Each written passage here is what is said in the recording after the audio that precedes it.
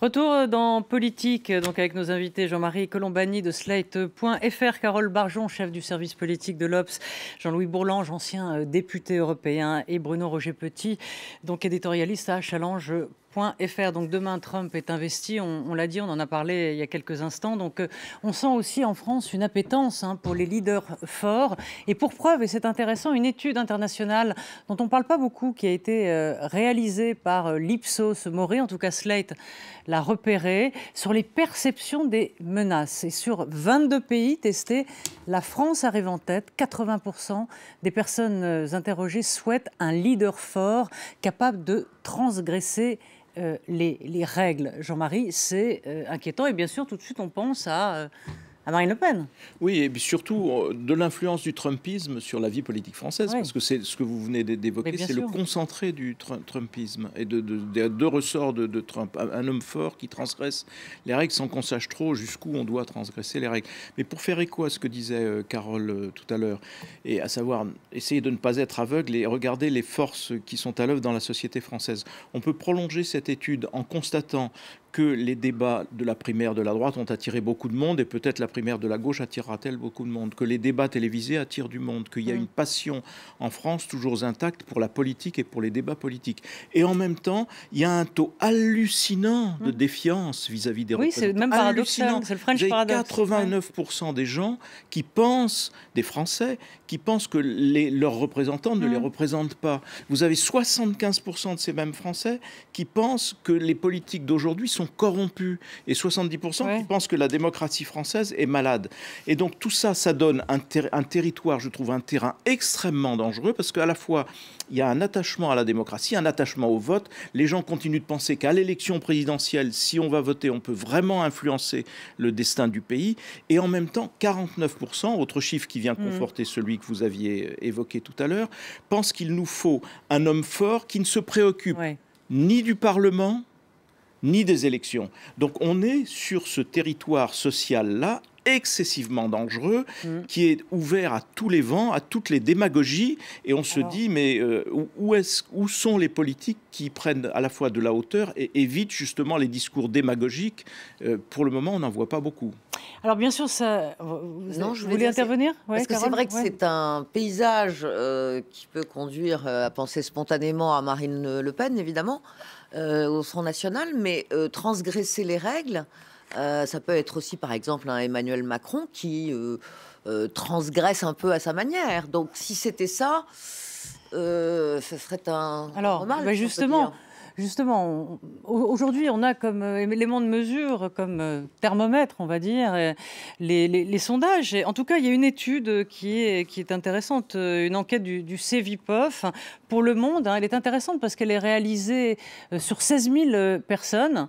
Donc, Marine Le Pen arriverait en tête au premier tour dans tous les cas de figure, c'est-à-dire face à Valls, Montebourg, et Hamon. Donc, hypothèse Valls, regardez. Donc, Marine Le Pen, 25, Fillon, 24, Macron, 19, Mélenchon, 15, Valls, 10. Hypothèse Montebourg, Hamon, ils font le même score. Donc, Le Pen, 26, donc elle remonte. Fillon à 25, Macron monte lui aussi à 21, Mélenchon, 14, il baisse un peu. Et les candidats PS, complètement out. Donc, Marine Le Pen qui se renforce. Fillon qui s'affaiblit, Macron qui perce fort. On va entendre Bruno et après Jean-Louis peut-être là-dessus. Peut-être Bruno, un commentaire sur ce sondage qui est fait sur un grand panel quand même. 16 000 personnes, 15 920 pour être précis. Oui, c'est une marge d'erreur qui est extrêmement réduite. C'est-à-dire qu'on n'est pas sur des sondages réalisés à chaud après un débat sur les primaires avec un échantillon de sympathisants de gauche de 363 personnes. Donc là, le Cevipof, je rappelle quand même qu'à la fin du mois d'octobre, c'est eux qui avaient pointé la faiblesse d'Alain Juppé dans le même genre d'enquête, dans les mêmes proportions de gens interrogés, où on voyait qu'il n'y avait que 39% des électeurs disant « je vais voter Juppé » qui étaient sur une ligne dure « je ne changerai pas de vote ». Donc la fragilité, on la voyait. Donc c'est pour ça que l'enquête du Cevipof, elle est fondamentale. Qu'est-ce qu'elle montre? Elle montre ce que à titre modeste, je dis depuis plusieurs semaines, c'est que la clé de cette élection présidentielle, c'est à gauche. Ça se joue entre Macron et le Parti socialiste. Voilà. Et on est entré, avec ce sondage, dans comment dire, ça confirme le débat qui s'ouvre, c'est-à-dire l'inversion dialectique qui consistait pour le Parti socialiste à dire depuis des semaines et des mois Macron nous parasite. Et regardez bien, la question a même été posée au premier débat de la primaire la semaine dernière. Est-ce que vous êtes prêts, vous, éventuellement désigner candidat socialiste, à vous retirer? Tous les candidats ont accepté de répondre à cette question. Et aujourd'hui, c'est le contraire. C'est-à-dire que ce sont les socialistes qu'on désigne en disant « Mais est-ce que vous ne seriez pas en train de parasiter un peu la candidature Macron ?»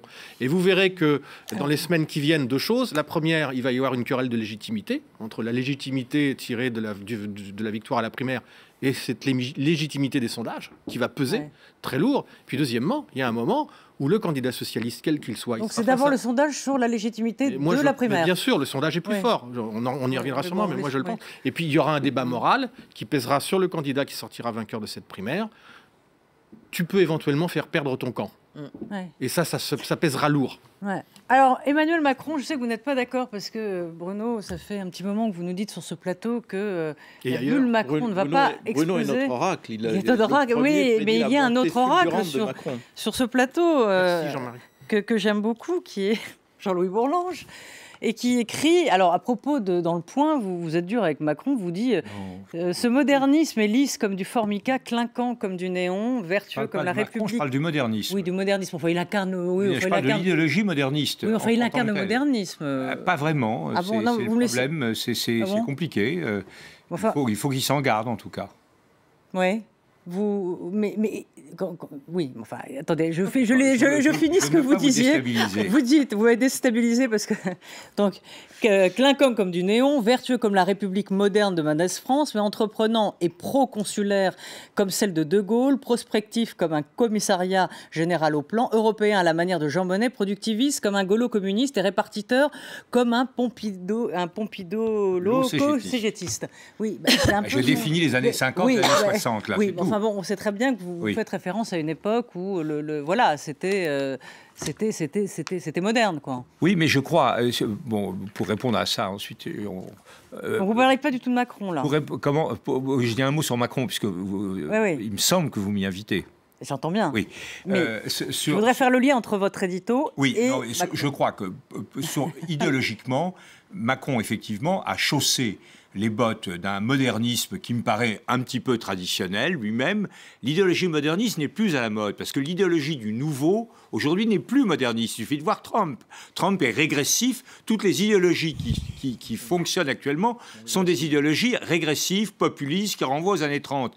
Donc il y a une espèce de contradiction en disant « je suis moderniste et j'incarne l'avenir ». Et je dis simplement que Macron est effectivement, pour qu'il ait sa pleine dimension, il est porteur, et je suis d'accord avec ce qui a été dit jusqu'à présent là-dessus, il est porteur des valeurs de civilisation qui sont les nôtres depuis l'après-guerre, qui sont le pluralisme démocratique, qui sont la solidarité, la sécurité collective, la construction européenne. C'est tout cela qui est en cause. Mais ça me conduit à penser que la véritable attitude face à Trump, face au dictateur philippin qui autorise les gens à tuer des drogués dans la rue, etc., face à la dérive chinoise, qui est quand même une dérive autoritaire, face à Poutine, face aux excès de Farage et de Boris Johnson en Angleterre, face à tout cela, je crois qu'il y a un combat pour les valeurs, qui sont les valeurs de l'époque ancienne et qui sont des valeurs absolument fondamentales. C'est pour ça que je cite Ionesco.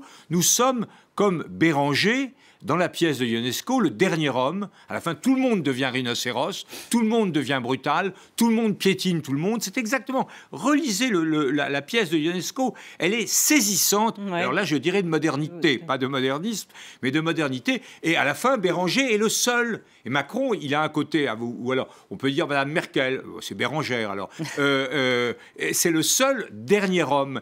Et je pense qu'il faut simplement comprendre à ce moment-là qu'il est dans une logique conservatrice, au sens que Camus donnait à ce terme, quand dans son discours de Nobel, Camus dit les générations précédentes ont cru que leur tâche était d'inventer un monde nouveau, nous savons que la nôtre est d'empêcher que le monde se défasse. Et je pense que là, nous sommes bien en Europe, avec Merkel, avec un certain nombre de gens, nous sommes les défenseurs d'un certain nombre de valeurs. Donc je sens une espèce de tension entre le modernisme d'un côté et la réalité du combat, qui est un combat pour le maintien de la on va poser sur le plan, un mot sur les primaires. Je suis tout à fait d'accord. Moi, je crois depuis le début que la primaire socialiste il aurait dû y aller. Le candidat. Non, mais il y a un candidat de trop. Si vous avez un candidat d'extrême droite, un candidat de droite, un candidat de la gauche de gouvernement modéré et réformiste et un candidat de la gauche révolutionnaire, vous avez le compte. Si vous en rajoutez un à gauche, qui est une sorte de personnage intermédiaire entre toutes les gauches, vous en avez 3 et c'est fini. Alors, là, face à ça, il y a 2 solutions. Soit, il ne l'a pas fait, puis on ne va pas revenir là-dessus, Macron réussissait à changer l'esprit de la primaire et à la dynamiter. Il fallait pas qu'il joue comme il fallait. Bon, et il a dynamité. Il faisait autre chose que ce que voulait Cambadélis. Soit, si c'est pas le cas, je donne un seul conseil, que si vous voulez soutenir quelqu'un de gauche ou du centre-gauche, n'allez pas voter à la primaire. L'essentiel, c'est qu'il y ait 0 électeur, enfin 500 000, 400 000, 300 000 électeurs, de manière à disqualifier ce candidat du Parti socialiste, qui est aujourd'hui un candidat surnuméraire, un candidat de trop par rapport à Mélenchon et à Macron. Bon, alors, pour faire une synthèse, ça va pas être facile. En gros, qui pour être au rendez-vous de l'histoire, ce que, dans le fond, a décrit Jean-Louis, qui aujourd'hui... Bon, on met de côté Marine Le Pen parce que et la volonté de certains Français. Du côté des rhinocéros. Du côté des rhinocéros, exactement. Qui va être au rendez-vous de cette histoire? À gauche? Non, partout. À gauche, c'est quand même... Quel est, dans le fond, ceux qui ont la meilleure vision aujourd'hui face à l'histoire qui s'écrit devant ce nouveau... Oui, je sais que c'est une question compliquée, mais... la vérité, c'est que c'est quand même la seule question qui vaille. La vérité, aujourd'hui... je pense que ce qui explique aussi, même si les Français s'intéressent toujours à l'élection présidentielle, ce sondage d'ailleurs le prouve, c'est un peuple très politique, mais enfin, on voit bien tout ce qu'il raconte sur la politique depuis maintenant 2-3 ans, c'est parce que aussi l'offre politique leur paraît insuffisante ou médiocre. Donc, le rendez-vous de l'histoire, c'est un grand mot. Oui, mais c'est comme l'Europe, on lui demande d'être au rendez-vous de l'histoire. Je ne sais pas. Vous savez, je me souviens d'anciens ministres qui vous disent aussi, il y a des cycles. Il y a des cycles dans l'histoire, et il y a des moments, il y a des passages, il y a des phases où vous avez des gens moins brillants que d'autres et qui ont une... Voilà, il n'y a pas le général de Gaulle mais le général de Gaulle, tous les 20 ans. Il y a une guerre mondiale. Ou François Mitterrand.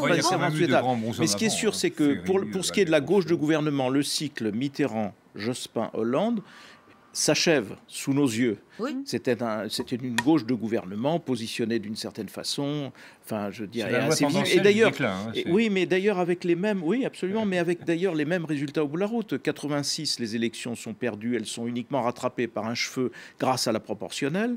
93, c'est le plus grand désastre électoral que la gauche ait jamais suivi. Jospin n'est pas qualifié aux sorties, alors que tout le monde disait c'était un bon chef de gouvernement, et François Hollande est obligé de se retirer. Et d'une certaine façon, ce qui arrive aujourd'hui au Parti socialiste est un peu justice. Il est justice que la sanction soit collective, parce que ce quinquennat a quand même ce quinquennat a quand même été pourri. Ce quinquennat a quand même été pourri par les manœuvres, contre-marches du Parti socialiste, des frondeurs, du Premier ministre actuel, et donc. Bien sûr, mais ils ont décidé d'être là depuis des années. La sanction est collective. Et ce qui bénéficie au fond à Emmanuel Macron, c'est qu'il a une part chez lui d'héritier. Il est au fond l'héritier et en même temps, comme en politique, les trahisons les plus récentes sont toujours les plus importantes. La trahison de Manuel Valls efface la première trahison, celle d'Emmanuel Macron. Et donc voilà comment Emmanuel Macron se retrouve en bonne posture. Un mot. Macron n'est pas un traître, c'est un enfant prodigue. C'est pas du tout la même chose. Et quand l'enfant prodigue revient, on égorge le veau gras. C'est vos classiques. La décomposition du Parti socialiste, ça se mesure avec cette primaire, c'est-à-dire que vous n'avez pas un seul de ces candidats qui est considéré aujourd'hui comme un possible président de la République. Oui, c'est tout, il ne faut pas tourner autour du pot. C'est-à-dire le Parti socialiste aujourd'hui n'est plus capable de produire un candidat crédible à l'élection présidentielle. Donc Macron s'est imposé sur ce vide. Oui. Voilà, avec tout ce qu'il y a d'arrière-plan, d'insurrection électorale qu'on observe dans tous les pays d'Europe. Et alors chez nous, on a une chance, il y avait Marine Le Pen jusque-là pour l'insurrection électorale. Et très paradoxalement, on a un pur réformiste, moderniste, je ne sais pas, mais on a un pur réformiste qui va porter ça dans le groupe central des électeurs. Là, c'est 40% qu'il a identifié sociologiquement et qui sont susceptibles de se reconnaître dans sa candidature. Parce qu'il a bien travaillé son affaire aussi en termes de préparation. Il peut gagner ou pas? Parce que si on regarde le sondage, là, il est à 19. Il peut gagner dans le Caval, s'il entre dans la zone des 20%. Oui. S'il entre dans la zone des 20%, tout est possible. Il y est dans l'hypothèse. Bah si, dans l'hypothèse. Un mot sur le... Juste dans l'hypothèse Hamon ou Montebourg. Un mot sur ce que le... Oui, mais on n'est pas à l'abri d'un désastre. Peu importe que le futur candidat socialiste qui s'appelle Valls, Hamon ou Montebourg ait envie d'aller jusqu'au bout pour des questions personnelles, d'ego. Bon, c'est qu'il y a un moment où si l'état des forces reste en l'état, où le Parti socialiste, notamment les députés socialistes, il y a la moitié du groupe aujourd'hui qui s'interroge. Voilà, en disant pourquoi on va s'ennuyer à soutenir un type qui va nous mener à l'abattoir, alors que si on rentre dans une majorité présidentielle un peu par effraction avec Macron, à titre individuel, déjà on peut se sauver. Donc il va y avoir un rapport de force qui va s'exercer sur le candidat à un moment ou à un autre. Moi, je sais qu'il y a un certain nombre de conversations qui ont lieu déjà au plus haut sommet du Parti socialiste, où vous avez Borgel, où vous avez Cambadélis, qui sont interrogés par des députés et qui leur disent « Ne t'inquiète pas, le moment venu, on sera sérieux ». Voilà, c'est le mot qui est employé à chaque fois. On sera sérieux. Moi, ce qui me vient à l'esprit, c'est que on a tous caractérisé, enfin, il s'est caractérisé lui-même, Emmanuel Macron, comme un candidat anti-système. Mais qu'est-ce que il dit il n'y aura aucun accord d'appareil. Et qu'est-ce que ça veut dire anti-système? À un certain moment, anti-système, c'est être soit lepéniste, soit d'extrême gauche, pour une forme de révolution, etc. Mais il ne portera pas une révolution du système. Et donc, à un moment, on peut avoir un réformisme anti-système. Oui, il va à un moment ou à un autre se heurter à ce mur-là. L'antisystème, on le sait très bien d'expérience dans l'histoire. Quand il y a toujours des constantes dans nos sociétés. Le racisme en est une, hélas, et l'anti-élitisme en est une autre, hélas. Quand l'anti-élitisme et le racisme se rejoignent, alors la démocratie est en danger. Nous sommes à ce moment-là.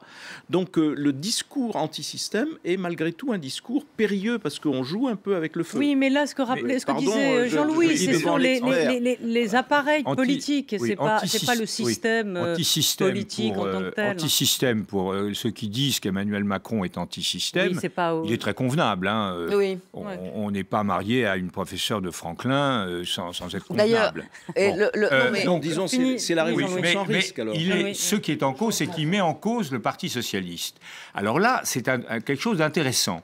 Parce que mettre en cause le Parti socialiste, c'est déjà difficile pour être candidat à la présidentielle, c'est très difficile pour avoir des législatives, pour avoir des candidats aux législatives. S'il gagne, Macron, il doit gagner l'élection.